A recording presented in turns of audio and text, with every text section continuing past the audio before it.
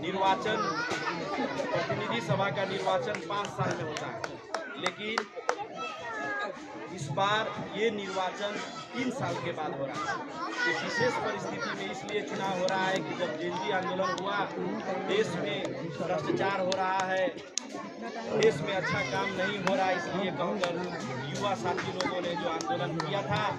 उसी के एवज में आज ये चुनाव हो रहा है। लेकिन इस क्षेत्र में ये और विशेष रूप से चुनाव हो गया है, क्योंकि इस क्षेत्र के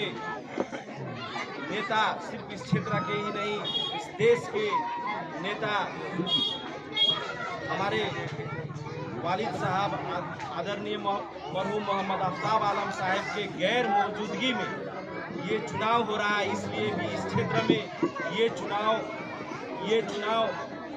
विशेष चुनाव होने जा रहा है।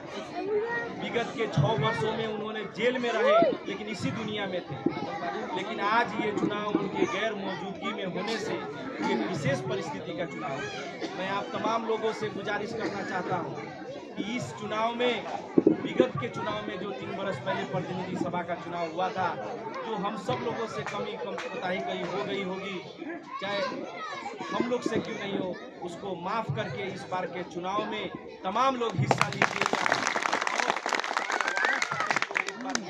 इस चुनाव में सारे कोई मेहनत कीजिएगा, और ये जीत मेरे घर का जीत नहीं है,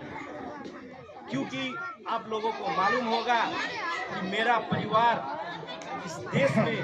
सबसे ज़्यादा कठिन परिस्थिति में रहकर राजनीति करने वाला कोई परिवार इस दुनिया में है, चाहे इस देश में है, तो सिर्फ मेरा परिवार है। वो बोल देते हैं 35 साल में क्या किया, लेकिन उन लोगों को ये मालूम नहीं है कि इतिहास का पन्ना पलटाइएगा तो हर काल खंड में मेरा ही परिवार का कोई आदमी जेल में गया है, सिर्फ जनता के लिए और व्यवस्था के लिए। आज माइक मिल जाने से कोई लोग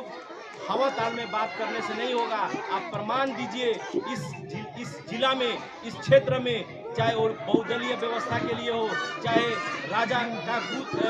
क्रूर शासन के विरुद्ध में भी हो, चाहे जितना भी कालखंड में इस देश में आंदोलन हुआ है, उस सब आंदोलन में मेरा परिवार अग्रणी भूमिका खेला है। चाहे हमारे मरहूम शेख इदरीस साहब 10 बरस चैनपुर में निर्वासित जीवन बिताए, चाहे हमारे पिता को 40 साल के आंदोलन में राइस मिल में मार के फेंक दिया गया था, उसके बाद ये मुद्दा 6 बरस जो लगाया गया है, ये भी जब उनको हरा, आप लोगों की ताकत की वजह से जब वो बार बार चुनाव जीतते थे, जब वो लोग हरा नहीं पाए तो उनको मुद्दा में फंसाने का काम किया गया है। आप लोगों से मैं